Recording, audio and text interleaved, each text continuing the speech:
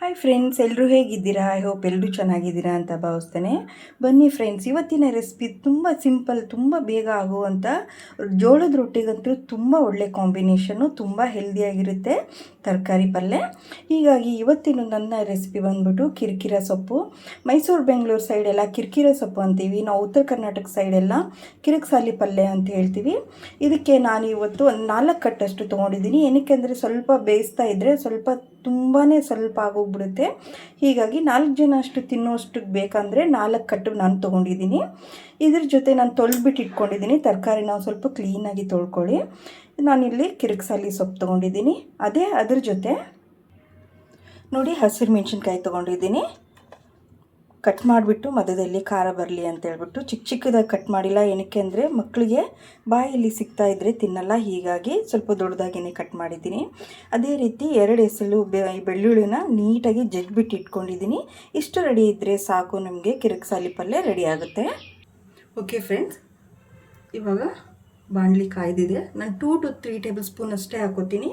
ನೆನ್ಪಿಟ್ಕೊಳ್ಳಿ, ಸೊಪ್ಪು ಸಾಂಬಾರು ನಾವು ಸೊಪ್ಪು ಏನೇ ಒಂದು ಪಲ್ಯ ಮಾಡ್ತಾಯಿದ್ರು ಎಣ್ಣೆ ತುಂಬ ಕಡಿಮೆ ಹಾಕ್ಕೊಳ್ಳಿ. ಓಕೆ, ಎಣ್ಣೆ ಸ್ವಲ್ಪ ಲೈಟಾಗಿ ಕಾದ ತಕ್ಷಣವೇ ನಾವು ಜಜ್ಜಿ ಇಟ್ಕೊಂಡಿರೋ ಬೆಳ್ಳುಳ್ಳಿ ಹಾಕೋಣ. ಓಕೆ, ಅದೇ ರೀತಿ ಹಸಿರು ಮೆಣಸಿನ್ಕಾಯಿ ಕೂಡ ನಾನು ಒಟ್ಟಿಗೆ ಹಾಕೊಂಡ್ಬಿಡ್ತೀನಿ. ಓಕೆ, ಇವಾಗ ನೋಡಿ ನಮಗೆ ಇಷ್ಟು ಲೈಟಾಗಿ ಫ್ರೈ ಆದರೆ ಸಾಕು. ಇವಾಗ ನಾವು ಸೊಪ್ಪನ್ನ ಆ್ಯಡ್ ಮಾಡ್ಕೊಳ್ಳೋಣ. ತರಕಾರಿನ ತುಂಬ ಕ್ಲೀನಾಗಿ ತೊಳ್ಕೊಳ್ಳಿ. ಮಣ್ಣು ತುಂಬ ಇರುತ್ತೆ ತರಕಾರಿಯಲ್ಲಿ, ಹೀಗಾಗಿ ಓಕೆ, ನಾನೆಲ್ಲ ತೊಳೆದಿರೋದನ್ನೆಲ್ಲನೂ ಆ್ಯಡ್ ಮಾಡ್ಕೊಂಡಿದ್ದೀನಿ. ಓಕೆ,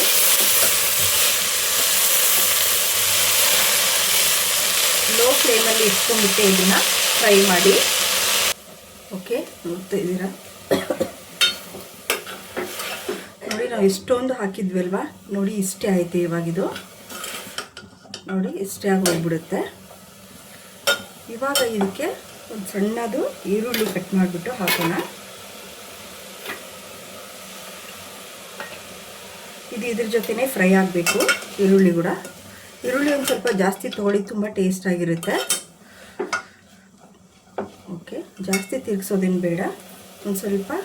ಇದು ಸ್ವಲ್ಪ ಮೆತ್ತಗಾಗಿ ಫ್ರೈ ಆಗಲಿ ಈರುಳ್ಳಿ ಮತ್ತು ಸೊಪ್ಪು. ಪ್ಲೇಟ್ ಮುಚ್ಚಿಬಿಟ್ಟು ಇಡೋಣ. ಇದು ಒಂಚೂರು ಮೆತ್ತಗಾಗಲಿ, ಬಟ್ ನೆನಪಿರಲಿ, ತುಂಬ ಲೋ ಫ್ಲೇಮಲ್ಲೇ ಇದು ಒಂದು ತರಕಾರಿ ಮಾಡಿ. ಇದು ತರಕಾರಿ ಯಾವಾಗಲೂ ಹೈ ಫ್ಲೇಮಲ್ಲಿ ಇಟ್ಬಿಟ್ಟು ತಿರುಗಿಸ್ಬಾರ್ದು. ಅದರಲ್ಲಿರೋ ಎಲ್ಲ ಒಂದು ಸತ್ವ ಇರುತ್ತಲ್ಲ ಹೋಗ್ಬಿಡುತ್ತೆ. ಹೀಗಾಗಿ ಇನ್ನೂ ನಾನು ಉಪ್ಪು ಹಾಕಿಲ್ಲ. ಇವಾಗ ಪ್ಲೇಟ್ ಮುಚ್ಚಿಟ್ಟಿದ್ದೀನಿ, ಸ್ವಲ್ಪ ಅರಳ್ಕೊಳ್ಳಿ ಅದೆಲ್ಲನೂ. ಓಕೆ, ಕಿರಿಕ್ಸಾಲಿ ಪಲ್ಯ ಎಲ್ಲ ಇವಾಗ ರೆಡಿಯಾಗಿದೆ. ನಾನು ಲಾಸ್ಟಿಗೆ ಉಪ್ಪು ಹಾಕ್ತಾಯಿದ್ದೀನಿ. ಸಾಕು ನನಗೆ ಇಷ್ಟು. Okay,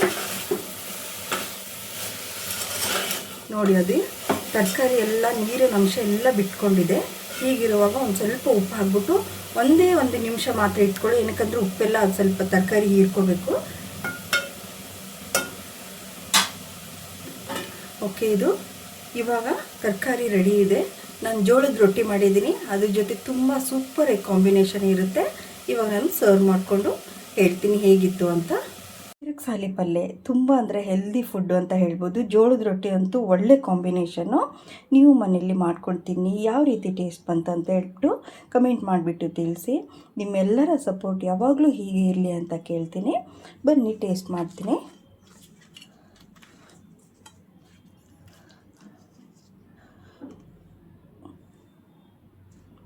okay, ಸೂಪರಾಗಿದೆ. ನೆನಪಿರಲಿ, ಉಪ್ಪು ಮಾತ್ರ ಲಾಸ್ಟಿಗೆ ಹಾಕಿ.